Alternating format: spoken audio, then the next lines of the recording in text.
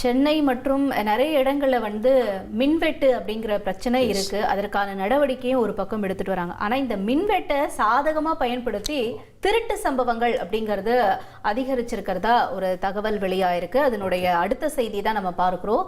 பூந்தமல்லி அப்புறம் காட்டுப்பாக்கம் பகுதியில மின்வெட்டை பயன்படுத்தி இருசக்கர வாகனங்களை மர்ம கும்பல் திருடிட்டு போறக்கூடிய அந்த பரபரப்பு காட்சிகள் வெளியாகிருக்கு. முதல்ல அந்த சிசிடிவி காட்சியை பார்த்துருவோம்.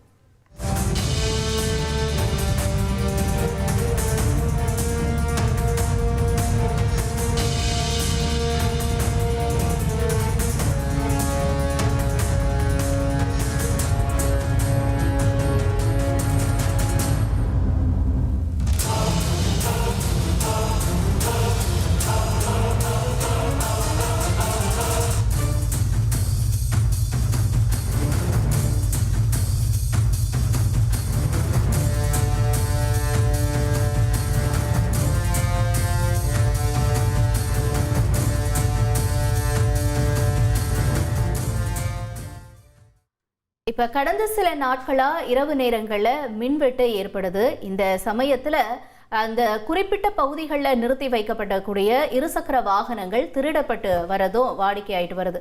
இப்ப பூந்தமல்லி அடுத்து இருக்கக்கூடிய ஐயப்பன் நகர் பகுதியை சேர்ந்த சரத்குமார் அப்படிங்கிறவர் தன்னுடைய விலை உயர்ந்த இருசக்கர வாகனம் திருடப்பட்டதா புகார் கொடுத்திருக்காரு.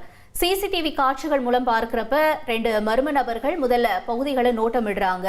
அப்புறம் கரண்ட் கட் ஆனதோ வாகனங்களை அவங்க தள்ளிட்டு போகக்கூடிய அந்த காட்சிகள் வெளியாகி இருக்கு.